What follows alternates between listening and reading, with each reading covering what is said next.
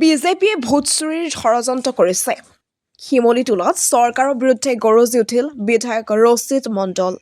দেশজুৰি পালিত ৭৭তম গণৰাজ্য দিৱসৰ সৈতে সংগতি ৰাখি নৱাগত শিমলীটোলা বজাৰ ব্যৱসায়ী সন্থাৰ উদ্যোগত পুৰুষ আৰু মহিলাৰ পৃথকে পৃথকে মনোৰঞ্জনমূলক ভলীবল প্ৰতিযোগিতা অনুষ্ঠিত কৰে। হাজাৰ হাজাৰ দৰ্শকৰ উপস্থিতিত অনুষ্ঠিত এই খেলৰ অন্তত অনুষ্ঠিত মুকলি সভাত মুখ্য অতিথি হিচাপে উপস্থিত থাকি গোৱালপাৰা পশ্চিমৰ বিধায়ক ৰচিদ মণ্ডলে বিজেপি চৰকাৰক তীব্ৰ সমালোচনা কৰে। বিশেষকৈ ভোটাৰ তালিকাৰ বিসংগতিৰ সন্দৰ্ভত মুখ্যমন্ত্ৰীৰ মন্তব্যক অসাংবিধানিক আখ্যা দি বিধায়কগৰাকীয়ে অভিযোগ কৰে যে বিজেপি চৰকাৰে মুছলমান ভোটাৰৰ নাম কাটি ভোট চুৰিৰ জৰিয়তে নিৰ্বাচন জিকাৰ ষড়যন্ত্ৰ ৰচিছে বুলি অভিযোগ উত্থাপন কৰে।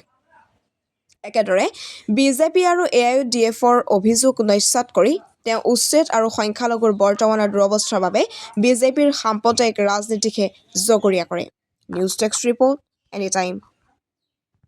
যিবিলাক মানুহৰ নাম কৰ্তন হৈছে এই অভিযোগকাৰীবিলাকে মানে নাজানে যে তেওঁলোকৰ নাম হয়, এইটো ইতিমধ্যে প্ৰমাণিত হৈছে যে নিৰ্বাচন আয়োগৰ যিটো নিয়মাৱলী তাক সম্পূৰ্ণৰূপে উলংঘা কৰি এজন ব্যক্তিকে একাধিক মানুহৰ বিপক্ষে অভিযোগো দিছে আৰু জীৱিত মানুহক মৃত বুলি দেখুৱাইছে, স্থানান্তৰিত নোহোৱা ব্যক্তিক স্থানান্তৰ হোৱা বুলি দেখুৱাইছে।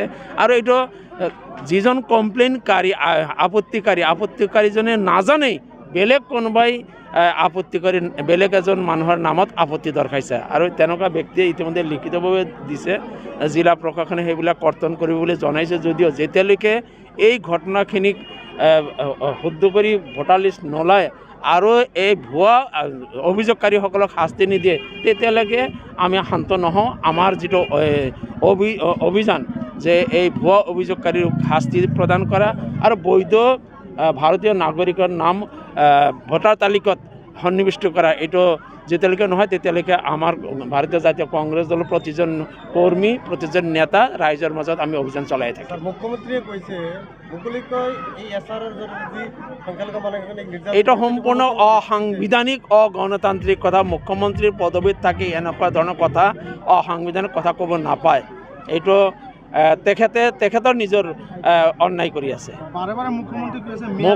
মুখ্যমন্ত্ৰীয়ে ডাইৰেক্টলি এটা কমিউনিটিৰ হৈ পেলাই কমিউনিটিক আক্ৰমণ কৰি যিবিলাক কথা কৈ আছে এইটো এটা মুখ্যমন্ত্ৰীৰ বক্তব্য হ'বই নোৱাৰে।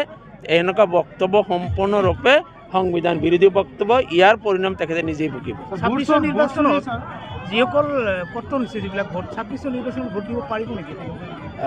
এইটোতো ভোটাধিকাৰ প্ৰাপ্ত প্ৰতিজন বৈধ ভাৰতীয় নাগৰিক ভোট দিব পাৰিবই লাগিব। ভোটাৰ তালিকাটো শুদ্ধ ভোটাৰ তালিকাটো প্ৰকাশ পাওক। যদি তাত দেখা যায় যে বৈধ ভাৰতীয় নাগৰিকৰ নাম বাদ পৰিছে নিশ্চিতভাৱে আমাৰ দলে আমিও এই ক্ষেত্ৰত আইনৰ আশ্ৰয় ল'বলৈ বাধ্য হৈ যাম। তেওঁলোকে ইতিমধ্যে গম পাইছে অসমৰ জনসাধাৰণ তেওঁলোকৰ লগত নাই। সেইকাৰণে ভোট চুৰি কৰি যে কংগ্ৰেছক সমৰ্থন কৰা মানুহৰ নাম ভোটাৰ তালিকাৰ পৰা কৰ্তন কৰি আৰু বেলেগৰ পৰা কিছুমান তেওঁলোকৰ অনুগামী তেওঁলোকে ভোট দিব খোজা মানুহৰ নাম ইয়াত সন্নিৱিষ্ট কৰি তেওঁলোকে ভোটৰ যুদ্ধত জয়ী হোৱাৰ এটা ষড়যন্ত্ৰ ৰচনা কৰিছে। কিন্তু আমাৰ কংগ্ৰেছ দলে তেওঁলোকৰ এই ষড়যন্ত্ৰ প্ৰতিহত কৰিবই।